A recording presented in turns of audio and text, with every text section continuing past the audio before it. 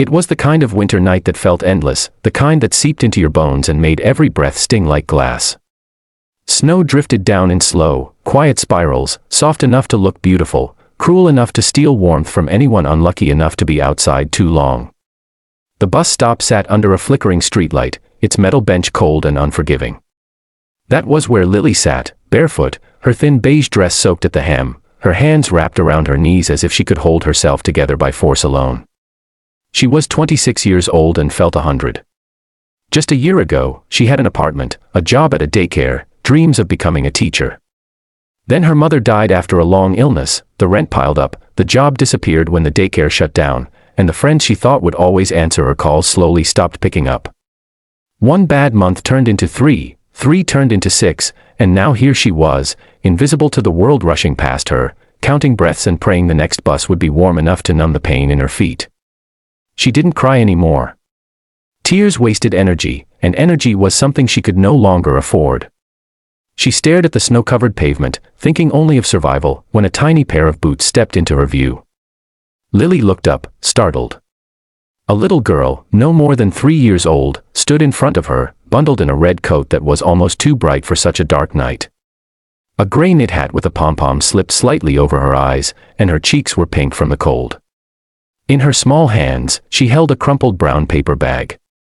The girl studied Lily with an intensity that felt far too serious for someone so young, then took a step closer and held the bag out toward her. "For you," the child said softly. Lily blinked, confused. "Sweetheart," she whispered, her voice hoarse, "where's your mommy?" The little girl tilted her head. "I don't have one," she replied. Lily's heart clenched. She glanced around, panic rising, but the street was mostly empty. A man stood several feet away, blurred by the falling snow, his face tense, as if he was watching but afraid to interfere. Lily looked back at the girl. "You shouldn't be giving food to strangers," she said gently, trying to smile. The girl shook her head with surprising certainty. "You're not a stranger," she said. "You're sad." Something in Lily cracked. She hadn't realized how visible her sadness was. The girl pushed the bag closer. Inside was a small sandwich and a juice box, probably packed with love by someone who never imagined where it would end up. Lily hesitated, then took it, her fingers trembling. "Thank you," she murmured. The girl smiled, then said words that would change everything.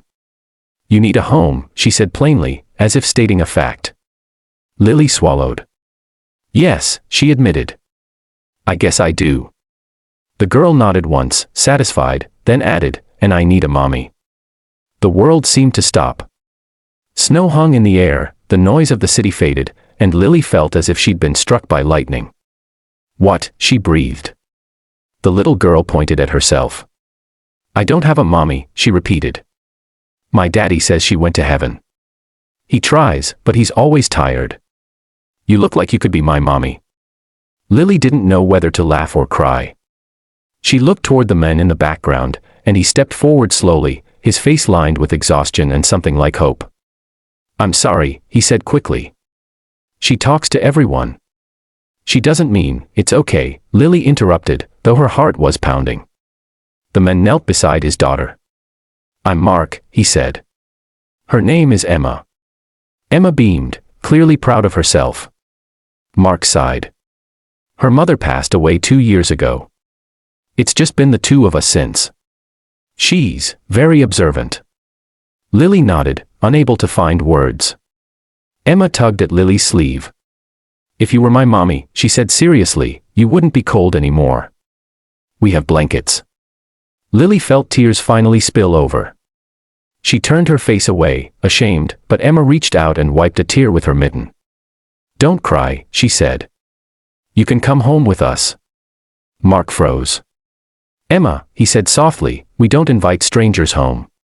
Lily shook her head quickly. "She's right," she said, standing up despite the pain in her feet.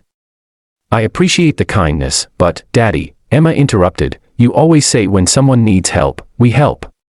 Mark closed his eyes. When he opened them, they were wet. "We can at least get you something warm," he said to Lily. "A meal. No strings." Lily hesitated. Pride screamed at her to refuse, but exhaustion won. Okay, she whispered. They went to a small diner a few blocks away, the warmth hitting Lily like a wave. She hadn't realized how numb she'd been. Over soup and bread, Lily told them her story, not all of it, but enough. Mark listened without judgment. Emma colored on a napkin and occasionally looked up to smile at Lily, as if making sure she was still there. When the meal was over, Mark cleared his throat. I can't offer much, he said, but I have a spare room. Just until you get back on your feet. Lily stared at him, stunned. I couldn't, she said. That's too much. Emma slid off her chair and wrapped her arms around Lily's waist. Please, she said. Lily broke. She knelt and hugged the child, breathing in the scent of laundry soap and something like hope. That night turned into weeks. Weeks turned into months. Lily found work again, first part-time, then full-time at a local school. She helped Emma with bedtime stories, packed lunches, learned how to braid hair.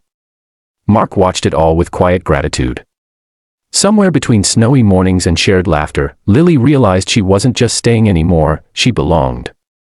And one evening, as Emma curled up between them on the couch, she looked up and said, "See? I told you. You needed a home.